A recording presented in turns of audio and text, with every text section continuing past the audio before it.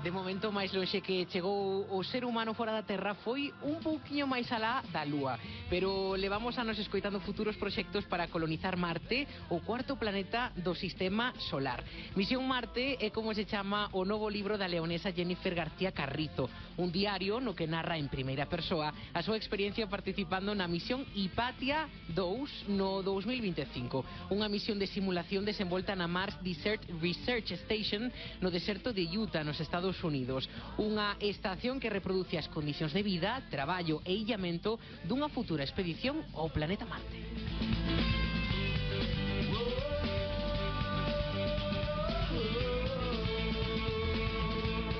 Jennifer García Carrizo, doutora en comunicación, profesora e investigadora, moi boa tarde. Boa tarde. Jennifer, como che chegou a oportunidade de participar na misión Hipatia 2? Bueno, pues fue curioso. Al final desde siempre me ha interesado mucho el espacio, pero por lo general, pues las carreras que tienen más que ver con la comunicación o que se salen un poco del STEM y están más dentro de las ciencias sociales, pues no suelen tener una plaza, ¿no?, en este tipo de misiones. Y en este caso lo que ocurrió es que encontré una convocatoria en la que sí que se buscaba a personas de comunicación y dije, bueno, pues esta es la mía, ¿no? Así que apliqué al proceso de selección, dije, bueno, voy a ver si por lo menos paso la primera fase o me contestan al correo, y lo cierto es que sí, ocurrió, y cada paso pues que iba dando y que estaba un poco más cerca de la misión me iba haciendo un poquito más de ilusión porque veía que estaba dentro, y al final cuando recibí esa notificación pues la verdad es que fue genial, ¿no? E como foi esa síndrome da impostora, poderíamos dicir, o comezo, polo que comentabas? Ti non viñas dunha carreira técnica, senón que viñas do mundo da comunicación. Pues al principio, aunque yo lo tenía muy claro y tenía claro que la comunicación tiene mucho que aportar al final en casi cualquier rama científica, ¿no? Porque es fundamental comunicar lo que hacemos, la ciencia, para que la sociedad pueda entenderla. Lo cierto es que sí que me sentía un poco en desventaja, ¿no?, junto con el resto de mis compañeras. Y bueno, pues no hay nada mejor que encontrar el síndrome del impostor, que la preparación, que prepararte, que empezar a aprender cosas nuevas, y también, ¿no?, un equipo que te apoye y que te diga, oye, no, que tú tienes mucho que aportar aquí.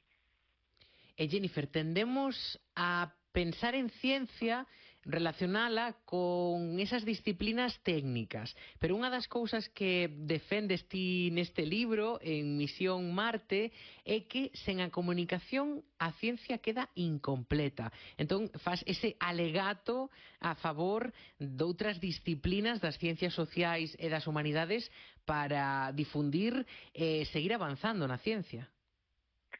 Claro, al final el árbol de la ciencia no son solo las ciencias, tecnología y, bueno, ciencia pura, ¿no?, como se entiende, sino que también las ciencias sociales, las humanidades forman parte de él y son fundamentales. Entonces, desde mi punto de vista, lo que hay que hacer es trabajar de una manera interdisciplinar, multidisciplinar y trabajar todas juntas, ¿no? Al final la ciencia, pues, o es toda aquella que utiliza el método científico, y al final las ciencias sociales también lo usan, ¿no? Es decir, tú tienes una hipótesis, tienes una serie de experimentos que te ayudan a ver si esa hipótesis es real, se verifica o se mantiene o no se mantiene, y luego pues al final les traes una serie de conclusiones, ¿no?, después del experimento que hayas hecho. Entonces al final esto no solo se hace pues por ejemplo en química o en física o en matemáticas, sino que también en otras ciencias como las sociales, ¿no?, en comunicación, por ponerte un ejemplo. Entonces al final esa era un poco, es la idea, ¿no?, un poco que mantengo y que creo que está a la orden del día, que las ciencias tienen que trabajar todas juntas y no de manera aislada. Jennifer, desta misión Hipatia 2 saiu este libro que hoxe nos vais presentar, Misión Marte. Explícanos para que serven este tipo de misións análogas que teñen lugar na Terra imitando as que podría haber, por exemplo, en Marte. Pues las misiones análogas son, por así decirlo, entrenamientos. Son misiones en las que se simulan protocolos y maneras de hacer para luego el día que vayamos a Marte pues no nos llevemos ninguna sorpresa, ¿no? Al final estas misiones permiten eso, analizar, entrenar, descubrir, experimentar antes de llegar al destino final. Entonces son muy relevantes porque nos permiten pues avanzar o descubrir determinados avances científicos o mejorar, por ejemplo, herramientas de trabajo que luego en las misiones reales pues se utilizan. Jennifer, imos escoitar un son que busquei por internet, algo que fose semellante ao que quería recrear nesta entrevista, e bueno, máis ben, imos escoitalo.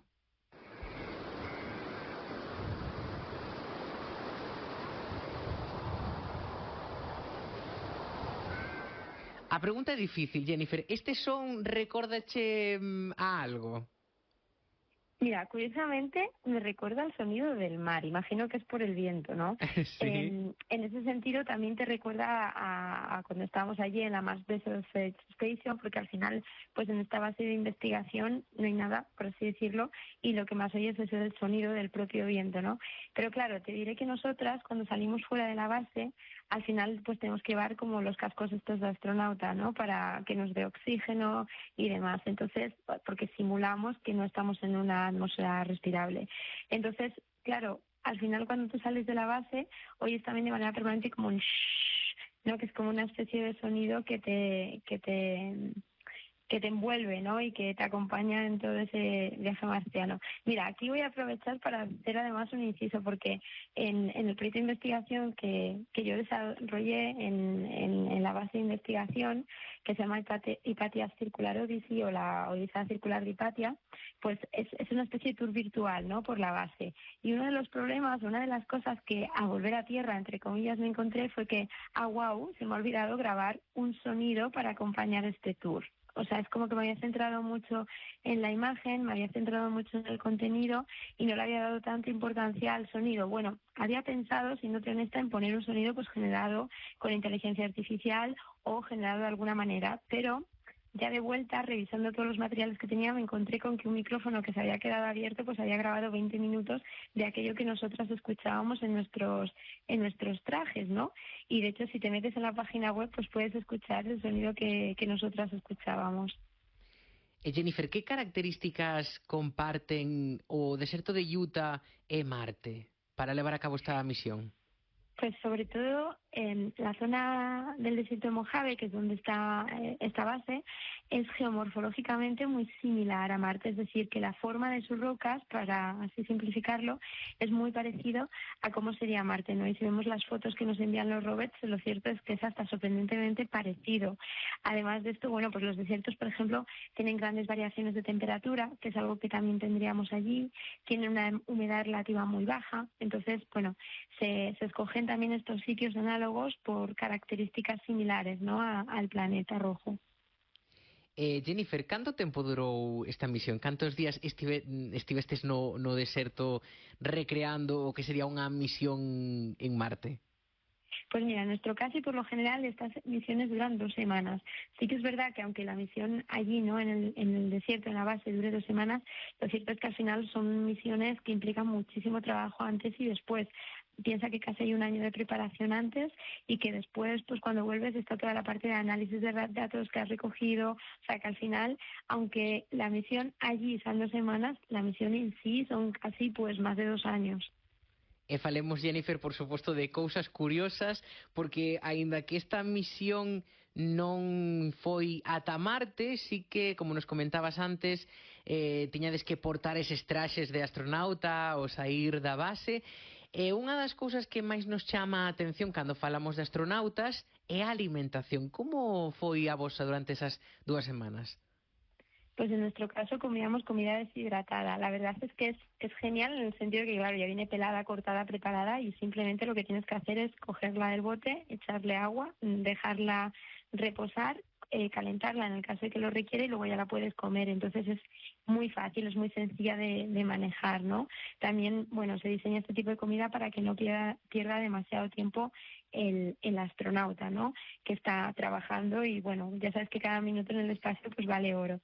Y en ese sentido es comida, llama mucho la atención porque estéticamente, visualmente, bueno, pues es quizás un poco diferente, un poco quizás diferente también las texturas, pero te diría que el sabor es exactamente el mismo que la comida que comemos en casa. Moitas veces a comida aquí na terra leva tempo cociñala, sabes iso de cociñar a lume lento. E o mesmo pasa coa ciencia, que precisamos tempo para que siga avanzando e para que todos os científicos e científicas poidan seguir investigando ou comunicando a ciencia, como é no teu caso.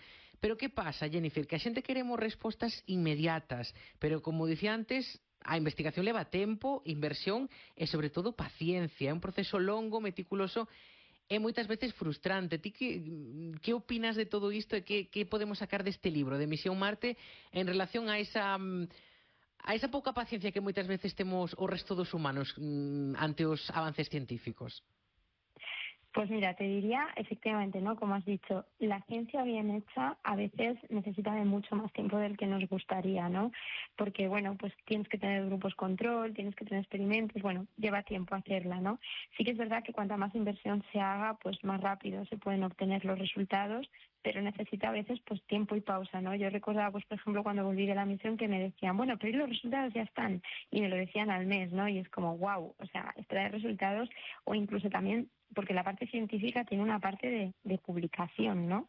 Y para publicar un resultado científico en una revista científica, pues necesitas, por ejemplo, mínimo pasar la evaluación de 3 evaluadores externos. Entonces, claro, todo eso lleva un tiempo y a veces pues es frustrante en el sentido de que tú tienes ahí el resultado, lo quieres publicar y bueno, pues pueden pasar a veces hasta 2 años. Es raro eso, ¿no? Normalmente en 6 meses hay una respuesta, pero sí que es verdad que a veces el proceso puede ser mucho más largo de lo que nos gustaría. Pero bueno, como tú has dicho, ¿no? La buena comida se cocina a fuego lento, pues esto es igual, la buena ciencia también. Y eso es algo que intento transmitir también de alguna manera en el libro, ¿no? Al final el libro es un libro de divulgación, es una historia, es una persona que, bueno, pues no a los ojos de cualquier persona inicialmente no iba a ser astronauta, acaba siendo astronauta análoga y se va a ese desierto y le pasan cosas y mientras tanto te va contando cosas relacionadas con el mundo de, bueno, pues de la ciencia, con el mundo de espacial, ¿no? Pero sí que quería también hablar un poco eso del proceso científico para que la gente entienda un poco pues lo que se hace en las universidades y en los centros de investigación. Yo al final trabajo en la Universidad Rey Juan Carlos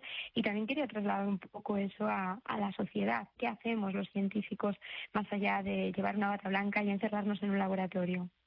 Jennifer, é outra das cousas importantes, dos temas polos que paga a pena ler este libro, Misión Marte, é polo foco que pos nas mulleres, xa que esta misión, a Hipatia 2, foi levada a cabo por un equipo composto íntegramente por mulleres. Por que foi e é importante que isto suceda? En la actualidad, si miramos los porcentajes, solo el 11% de las personas que han ido a la Luna, pues, por ejemplo, solo el 11% que se dedican bueno, pues a la carrera espacial, que son astronautas, pues solo el 11% de las personas son mujeres, ¿no? Y yo qué sé, pues por ejemplo, personas que han salido de una nave espacial, pues solo el 7%. Personas que han tocado la Luna, pues ninguna. Cristina Koch se ha adentrado, ¿no? Ha ido lo más lejos que ha podido ir la humanidad y ha dado esa vuelta a la Luna, pero todavía falta que una mujer pues ponga el pie en la Luna, ¿no? Literalmente, que ocurrirá, por supuesto, y esperemos que sea pronto con las misiones Artemis. Pero eso es algo que nosotras que creamos que, bueno, que hay que crear más referentes, que hay que hacer que las niñas se animen, que la gente entienda que no hay barreras de género, de sexo, de edad, que no hay barreras vinculadas tampoco al tipo de ciencia y por eso, ¿no? Estas misiones interdisciplinares, intergeneracionales y bueno, que se organizan de esta manera para crear referentes y que ir apagando esos miedos, ¿no? que algunas personas puedan tener. Misión Marte é como se chama o novo libro da doutora en comunicación, profesora e investigadora Jennifer García Carrizo, un diario dunha exploración espacial que hoxe nos debullou un pouquiño máis, pero se queredes adentrarvos nesta aventura que viviu Jennifer no 2025, somente tedes que abrir as páxinas do libro e gozar desa aventura xunto a súa autora. Jennifer, moitísimas grazas por achegarnos a esta maravillosa aventura en Marte. Muchísimas gracias a ti.